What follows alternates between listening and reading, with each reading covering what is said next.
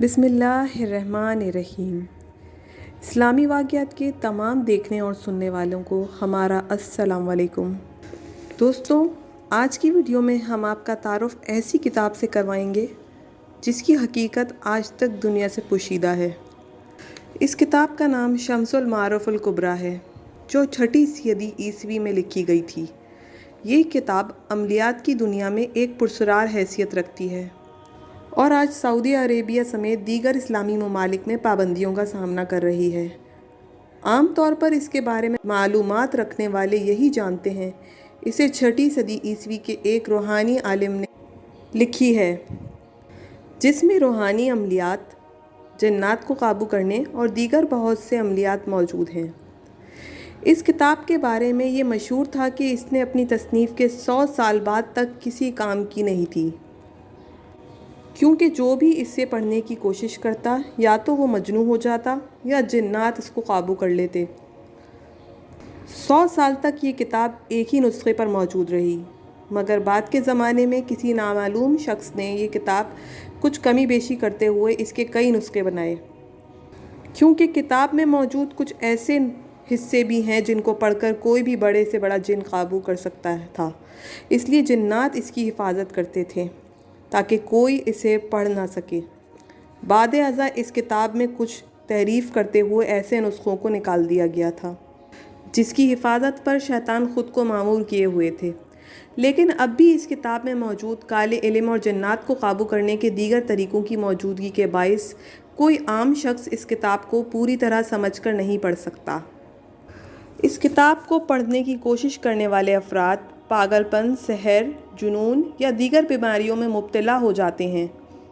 اسلامی دنیا میں علماء کی جانب سے اس کتاب پر اور اس کے مصنف پر محتاط انداز میں تبصرہ کیا جاتا ہے، مگر کچھ مورخین کے مطابق مذکورہ کتاب کے مصنف کو یہودی اور کتاب کو اسلام کے نام پر کفر کا مجموعہ قرار دیا جاتا ہے۔ اسی وجہ سے اسلامی ممالک میں اس کتاب پر سخت پابندی ہے۔ 6 صدی عیسوی کے اختتام پر یہ کتاب محمد بن علی بن زاہد کی تحویل میں تھی۔ یہ شخص ایک مالدار تاجر تھا اور مزید دولت کے حصول کے لیے اس کی جانب سے یہ کتاب بھاری قیمت خرچ کر کے حاصل کی گئی تھی۔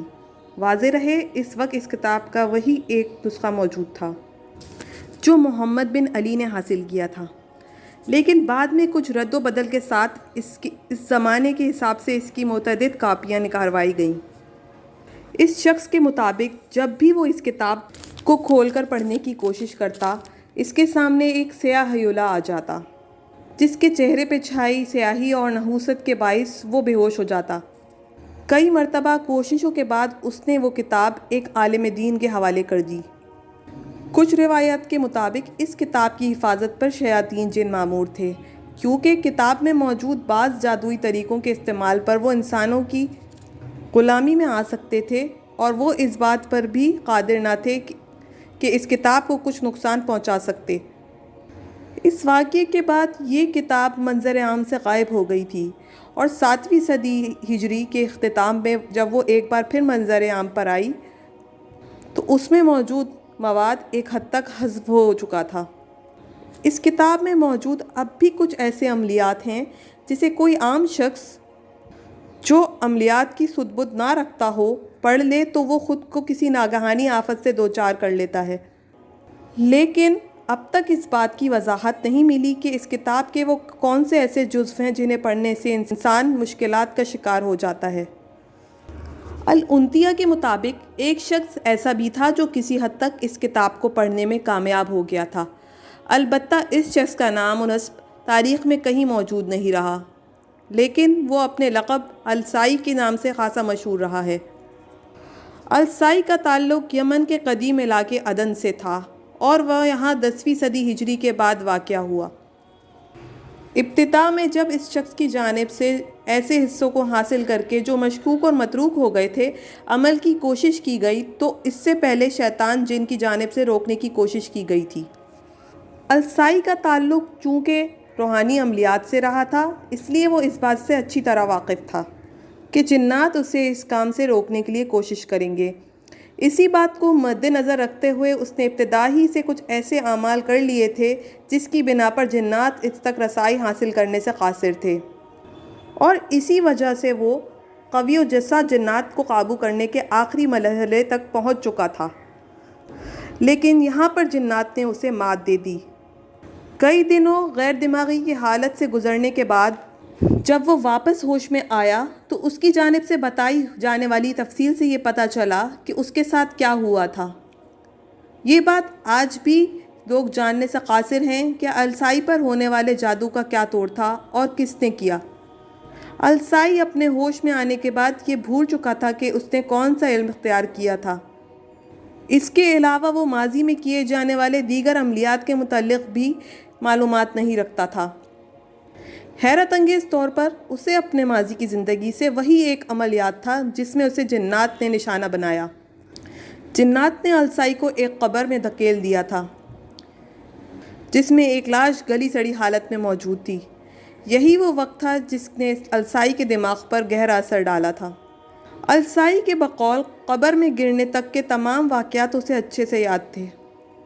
اسے یہ بات بھی اچھے سے معلوم تھی کہ قبر میں گرتے وقت اس کے سر پر کسی نے زور سے کوئی چیز ماری تھی، جو کہ اصل میں اس کے سر پر کیے جانے والا جنات کا حملہ تھا، جس کی بنا پر السائی اس قبر میں پڑا رہا تھا۔ اس واقعے کے اگلے 10 سال تک السائی دیوانہ وار ادھر ادھر گھومتا رہا اور اسی بنا پر وہ السائی مشہور ہوا۔ 10 سال بعد وہ ایک دن اچانک جب اپنے دیوانے پن سے ہوش میں آیا اور لوگوں کو اپنا قصے کے بارے میں بتایا تو لوگوں نے اس کی کسی بات پر یقین نہیں کیا، لیکن بعد میں روحانی عملیات کے ماہر اور علماء کی جانب سے اس بات کی تصدیق کے بعد وہ لوگوں میں خاصا مشہور ہو گیا تھا۔